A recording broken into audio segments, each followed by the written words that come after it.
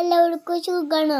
ഇന്ന് ഞങ്ങൾക്കൊരു ചെറിയ ഷോപ്പിംഗ് ഡേ ആട്ടാ. പിന്നെ നമ്മുടെ വടക്കുന്നാഥൻ കാണുമ്പോൾ ഒരു പ്രത്യേക ഫീലില്ല. എനിക്ക് എപ്പോൾ തോന്നിയാലും അവിടെ ഒരു ഫോട്ടോ എടുക്കാനും വീഡിയോ എടുക്കാനും തോന്നും. അത് തന്നെ എടുത്തതാട്ടാ.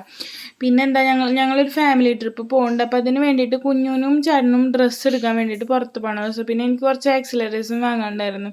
ആദ്യം നമ്മൾ പോണത് ഫോണിൻ്റെ വീഡിയോ എടുക്കാനുള്ള യൂട്യൂബിനുള്ള ട്രൈപോഡും പിന്നെ ലൈറ്റ് എനിക്ക് വളരെ കുറവ്. അത് തന്നെ ലൈറ്റും വാങ്ങാൻ വേണ്ടിയിട്ട് പോയത് കേട്ടോ. അത് വാങ്ങി ഞങ്ങൾ നേരെ അമ്മയ്ക്ക് ചുരിദാർ ഇട്ടപ്പോൾ ഭയങ്കര കോൺഫിഡൻറ്റ് തോന്നി. അപ്പോൾ ഒരു ചുരിദാറും കൂടി തുണി എടുക്കാൻ വേണ്ടി സീമാസിലാണ് ആദ്യം കയറിയത്. സീമാസിൽ നിന്നിട്ട് അതിന് കിട്ടിയിട്ടാ നല്ല. ഇപ്പോൾ എന്തോ സെയിലില്ലേ, പകുതി 50% ഓഫറല്ലേ. അപ്പോൾ അതിൽ നിന്ന് സീമാസിൽ നിന്ന് ചുരിദാർ എടുത്തപ്പോൾ ചേട്ടൻ്റെ ഷർട്ടൊക്കെ ഒന്ന് നോക്കുക, പാൻറ്റും. പക്ഷെ ചേട്ടനൊന്നും ഇഷ്ടമായില്ല. കുഞ്ഞാണ് ചാടെ കിടന്ന് കളിക്കുന്നുണ്ട്.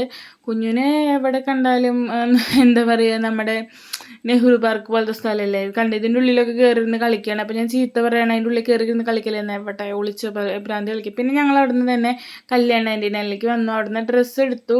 ചേട്ടനും ഡ്രസ്സ് എടുത്തു, കുഞ്ഞിനും ഡ്രസ്സ് എടുത്ത്, എനിക്കും ഡ്രസ്സ് എടുത്തു. ചേട്ടന് ഷർട്ടും കൂടുതലെടുത്ത്, കുഞ്ഞിനും ഷർട്ടായിട്ട് എടുത്തത്.